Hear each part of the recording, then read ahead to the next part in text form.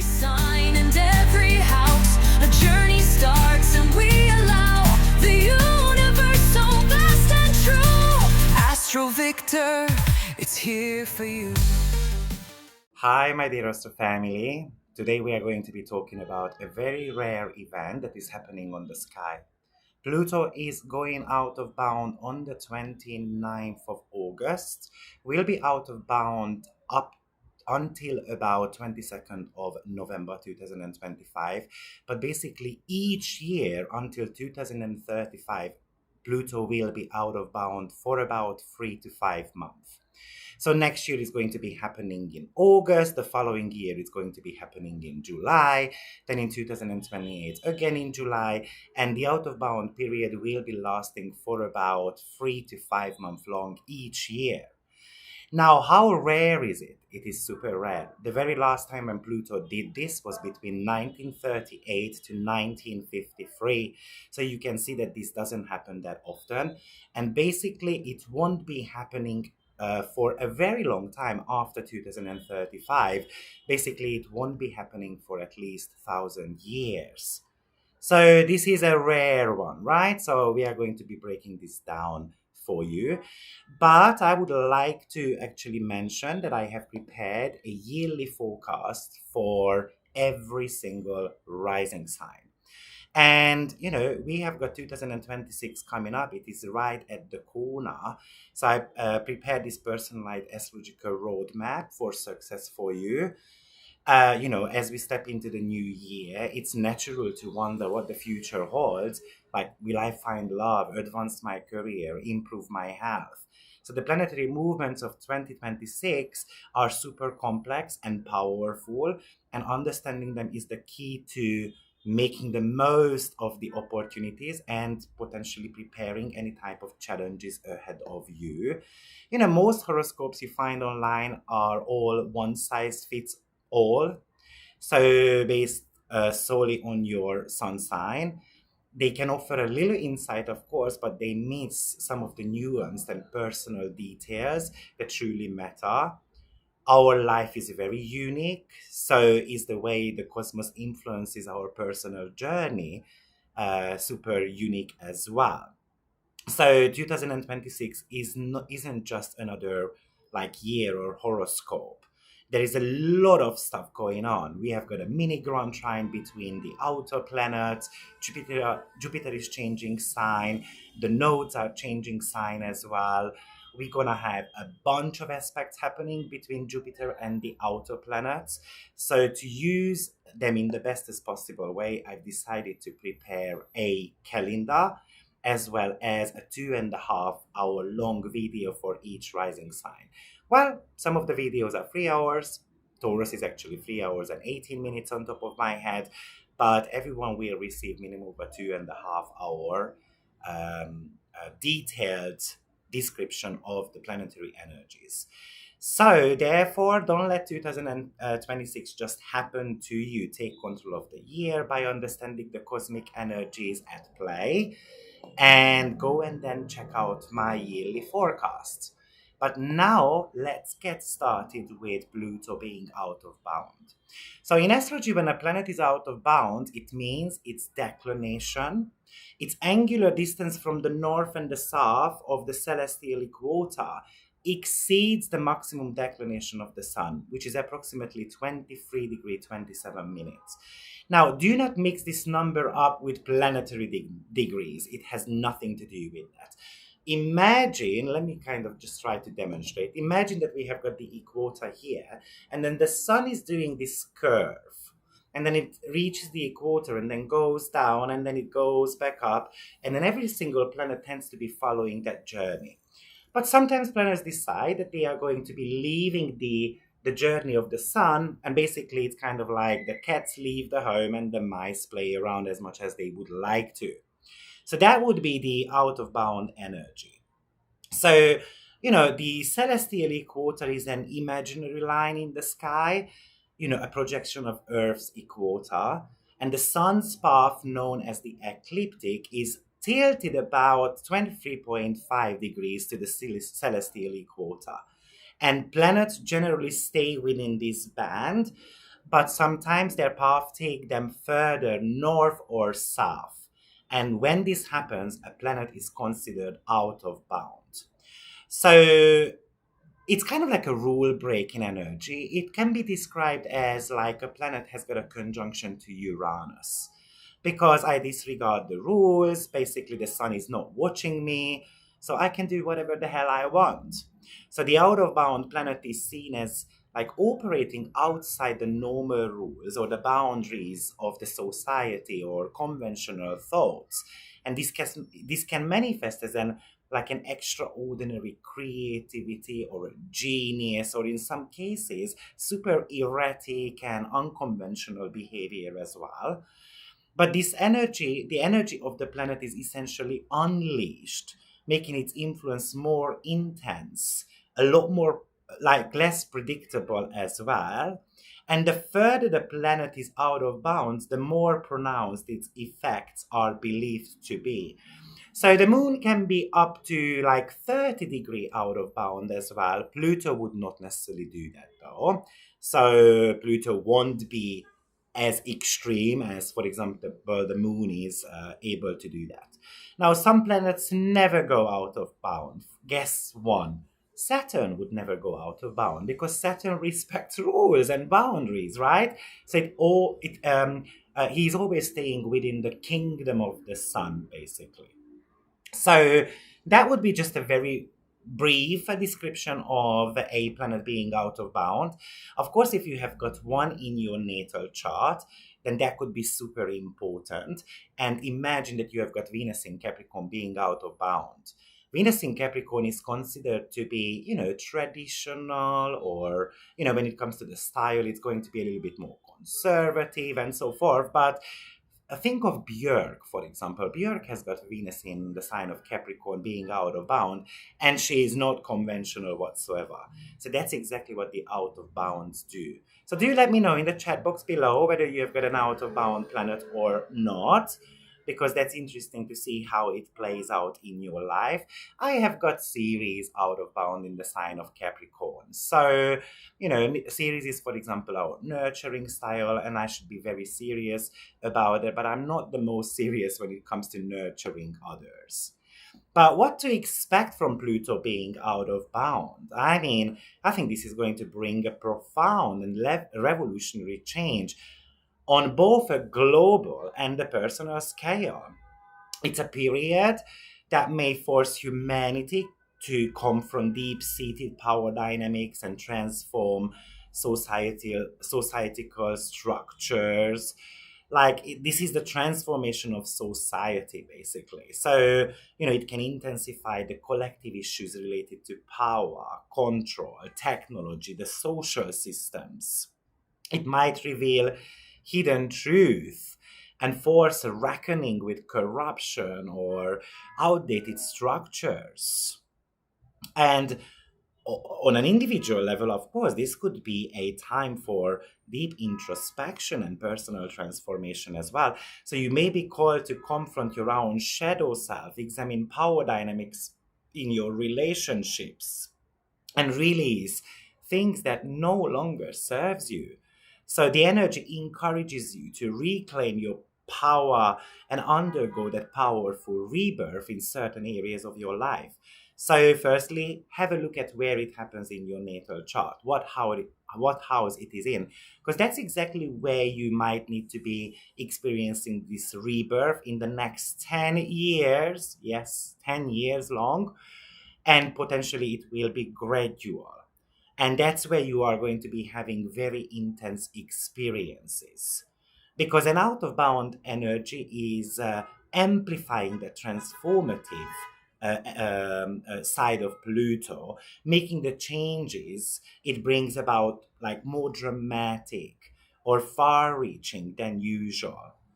So, Pluto is in the sign of Aquarius. Now, like I said, Pluto's nature is about transformation, destruction, power, the subconscious. So it's unearth what's hidden, breaks down outdated structures, or forces a rebirth from the ashes. Pluto is kind of like the all or nothing type of energy. And it happens in the sign of Aquarius. And Aquarius represents communities, collective, technology, innovation, revolution. Aquarius represents freedom, humanitarian ideas, radical changes. However, on the shadow side, it can also manifest as detachment or elitism or a rebellious or revolutionary energy that can be, of course, disruptive and polarizing as well. So, what's very interesting is that Pluto represents the extremes. And we've got an out of bound planet that is also the representation of extremes.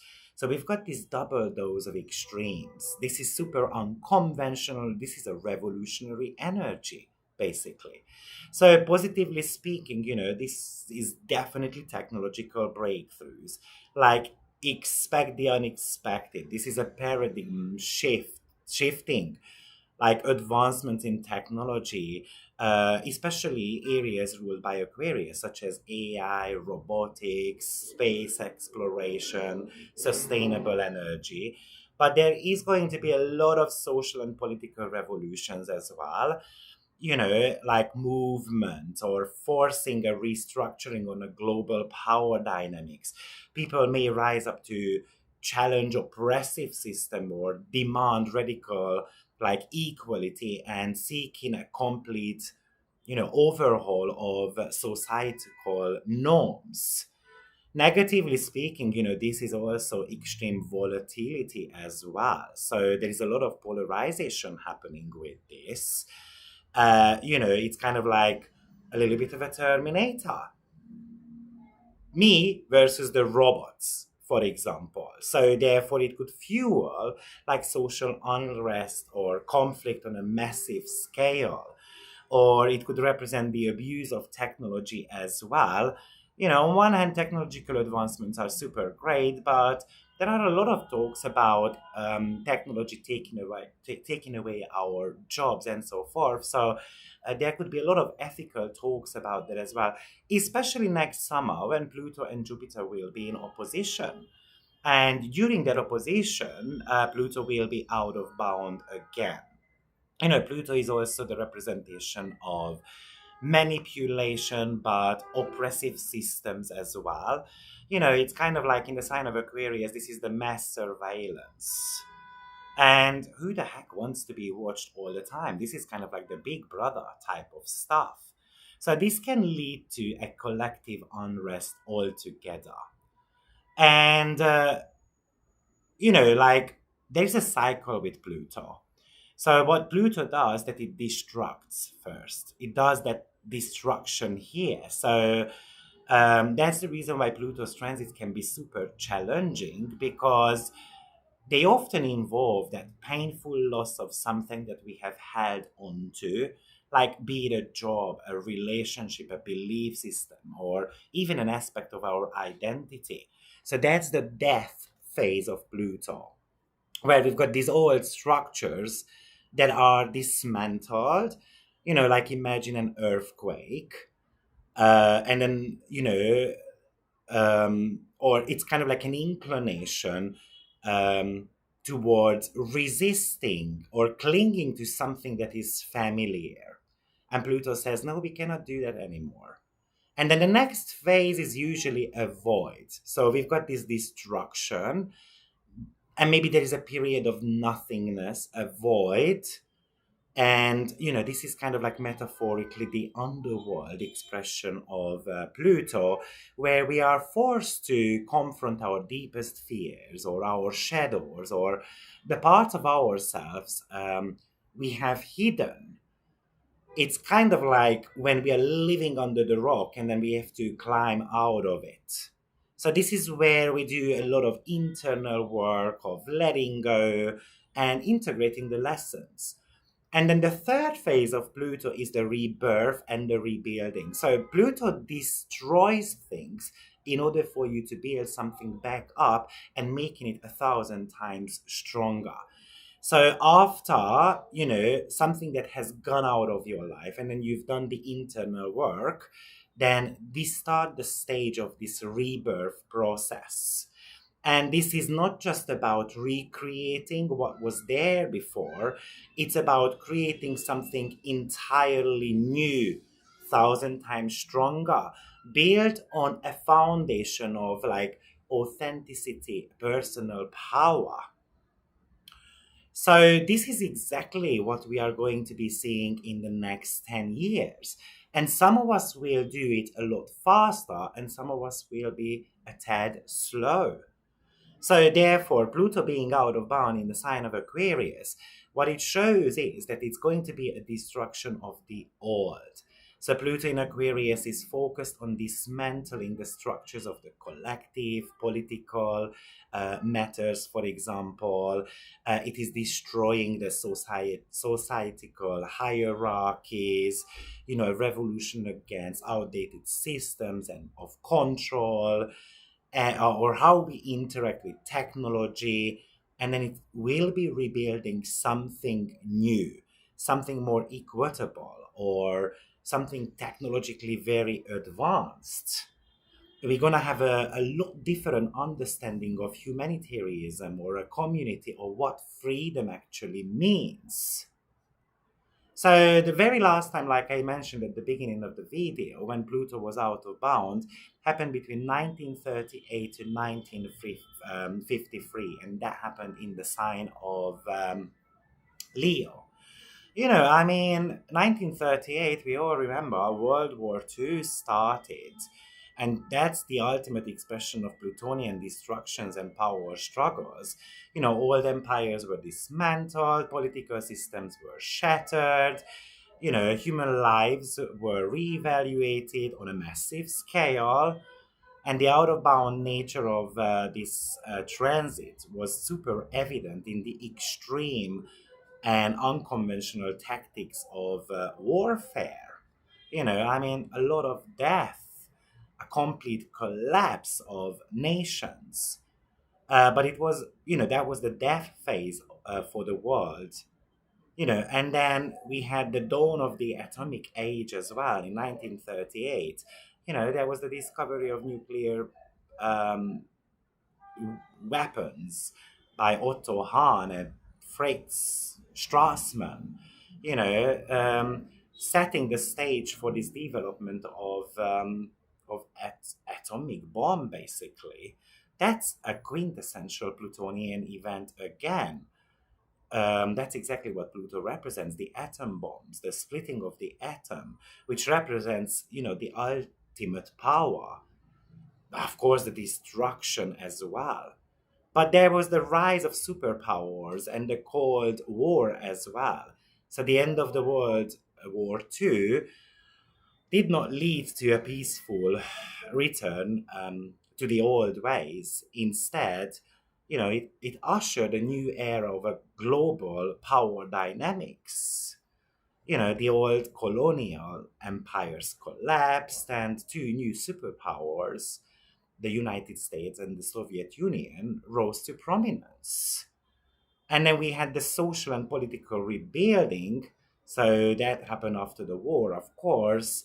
There was a massive effort to rebuild the world, basically.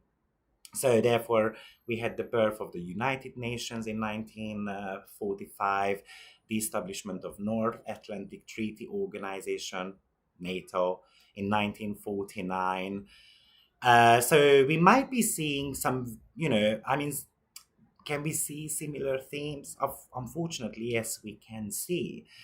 And potentially what I can imagine is because, as you can see in this chart, Pluto is very tightly opposing Venus here, which is, of course, super important because Venus represents treaties.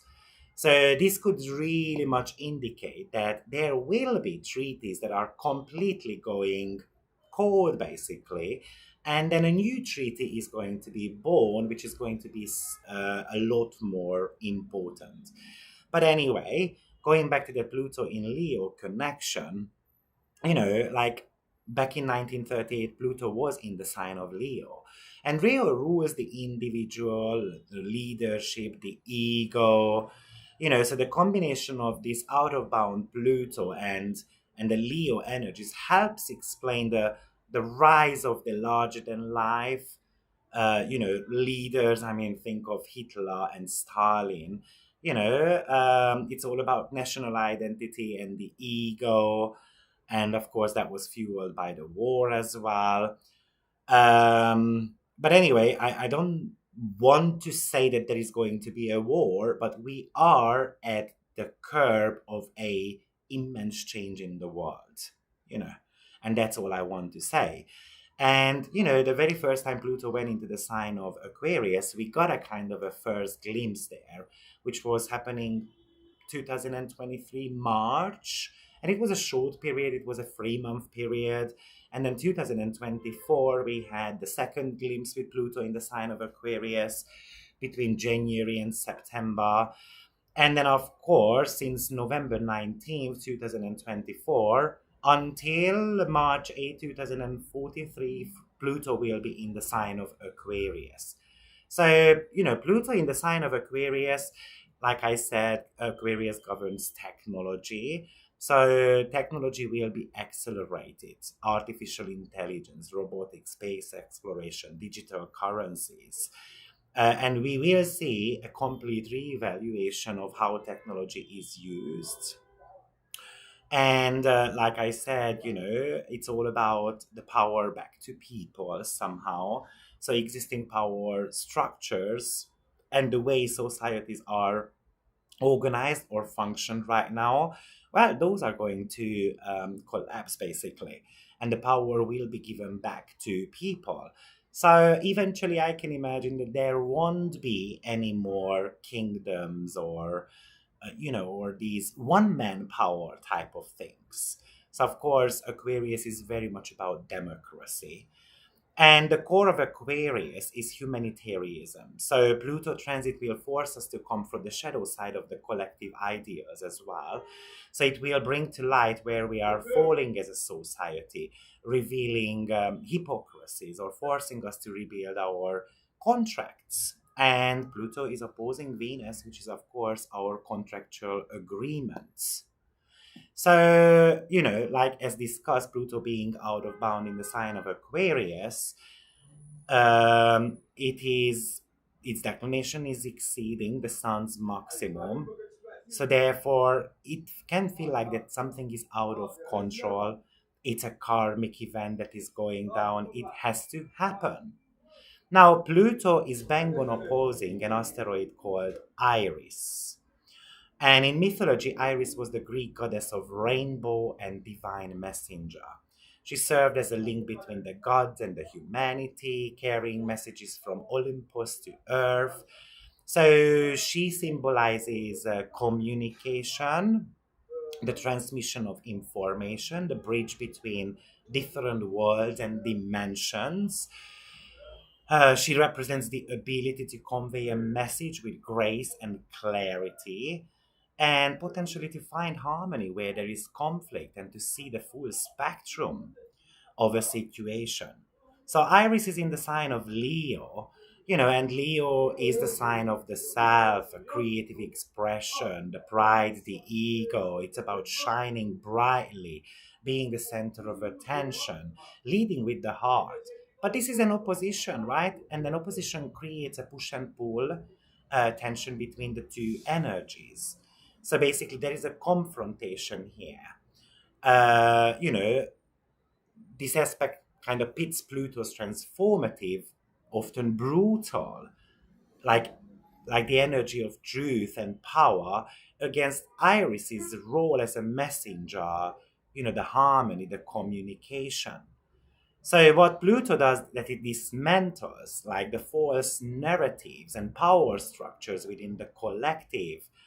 It is like it forces a reckoning with what is hidden and corrupt. And the opposition to Iris in Leo suggests that the information that Pluto is unearthing is deeply tied to the ego. It is it is connected with leadership, and basically the individual. So there is going to be a lot of scandals, a lot of revelations about powerful individuals and institutions. They will be exposed, especially those involving the manipulation of information or the abuse of power for personal gain. And you know that out of bound Pluto ensures that these revelations are not minor. So these are going to be blown out of the ballpark, basically.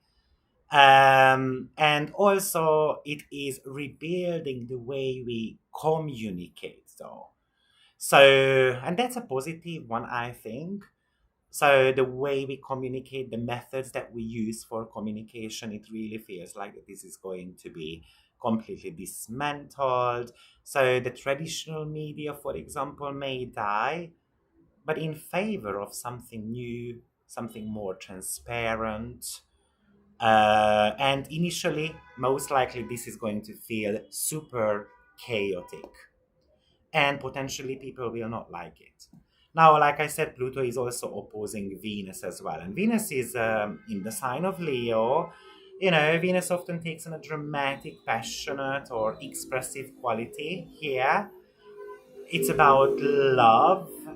It's a lot of romantic affairs. Venus in Leo wants to be adored, appreciated, cherished. You know, it gives love that with a big, generous heart. It is about loyalty and commitment and being special, being recognized. So it's kind of like, let's call it as the confrontation of love and power. There could be a lot of deep seated issues coming to the surface connected to jealousy, obsession, power struggles, control issues that have been simmering beneath the surface, and then it gets like spotlighted. But also what our values are. So, looking at our core values, we might be asking a lot of questions from ourselves like, what do I truly value? And how much is my self-worth tied to the approval of others? And Venus in Leo is highly creative. Venus also governs money as well. So Pluto is the planet of wealth also. So therefore, unfortunately, this could indicate that there is going to be quite a lot of like collapse of money matters. But I'm gonna give you a couple of scenarios in a short while. But with that Pluto opposing Venus, it really feels like that this is the clashes of the ego and the heart. Um, so you know, the ego wants one and the heart wants another, and we're gonna have to be able to somehow balance them out. So, looking at some scenarios here, because of course, I try to bring up some good and some potentially challenging scenarios as well. I'm going to be doing that both on a like positive and negative, both on a global and the personal level as well. So let's start with some personal ones, and let's start with the positives. So I think this is potentially the authentic rebirth of love. So yes, we are forced to confront the power dynamics and unspoken issues in our relationship, having to face the truth. But you break free from codependency or unhealthy patterns, and somehow like forging a bond that is based on more honesty and mutual empowerment. And it's about unleashing your own creative power as well. Like maybe you are breaking free from these creative blocks and you stop seeking external validation and you tap into that more authentic version of yourself. And also, you know, you undergo this total transformation of your values. And once, like what you once thought was important, let's say money, status, or those external approvals, and so forth, basically you are replacing them with something new, a new value system. And maybe this is also about healing from past traumatic experiences, like old wounds related to money and love and rejection or betrayal will be revealed to you. And while they are painful, but the exposure allows you to heal, to do the necessarily inner work. So a lot of us will find the true self-worth, basically. Negatively speaking, we can get stuck in controlling and manipulative connections, or there could be a lot of jealousy and manipulation and power struggles happening in our relationships. And you can see that, I mean, it's blooming anyway. If someone has achieved something in life, people are, I'm going to give you an example, because someone on Facebook or TikTok makes these, educational English videos. And straight away, the person is called different types of names due to the success. Oh, you must have done this, you are a thief, and all those type of stuff. And we don't even know the person, right? And then all of a sudden, we are just throwing crap at them. So there is a lot of jealousy going down in the world. Obviously, with an opposition, it's very easy to project something onto the other person. So just being jealous of someone indicates that unfortunately we have got insecurities about our own self-worth. There could be a lot of ego breakdown happening as well. Like someone who wants public adoration or recognition, it can become all consuming, and then we can become desperate. And that could lead to self destructive behaviors because we want to be maintaining our public image. And there could be financial crisis happening as well, dramatic loss of income and assets, obviously due to those robotics, for example, and so forth. There could be breakdowns of relationships, poor financial decisions, maybe due to economic shifts, for example. And maybe we are also experiencing close relationships where, they are kind of like betrayed, maybe by having secrets or shocking revelations. And it can also feel like that I have completely lost my identity. But on a global level, I think we're going to see a lot of technological and social revolutions. I think hopefully, we're gonna see global wealth redistribution. Like the old financial systems and institutions are basically torn down, and it's all about looking at, how to redistribute of wealth and power, which we also saw in 1938 to 1953 anyway. I think this world is going to be driven by new forms of digital currency or collective actions that create a more equitable global economy. Maybe we're going to see a rise of a collective power. So this is not about the few elites, it's more of a decentralized collective authority type of figure. And it's kind of like a creative renaissance. So a new era in culture or art might be emerging. Negatively speaking, this could indicate, powerful forms of control emerging, not from necessarily the governments, but from people as well. It's some type of like weaponized communication, or everyone is having a weapon basically, or technologies are used for mass surveillance or censorship, or the manipulation of the public opinion. Somehow piece of information becomes a weapon, basically. It's kind of like an ideological dominance. And there could be a lot of breakdown of existing financial systems that leads to a global economic depression or crisis. And therefore, there could be a lot of social unrest, like on a massive scale, of course. So these are some of the events that potentially I might be able to imagine. Well, I would love to hear what your thoughts are about Pluto being out of bound. Let's hope the best, right? Let's hope that we are going to be seeing a lot of positive things. Um, yes, but that's all I think I wanted to share with you today. I think there is a storm coming, and it's going to be a little bit on and off. So it's gonna calm down when Pluto goes back inbound, but something is boiling here in the air, and the tension is about to be building.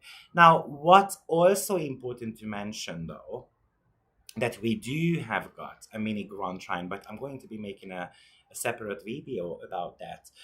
Because what's super interesting is that Pluto goes out of bound on the 29th of August, exactly when the Pluto-Neptune sextile is happening as well.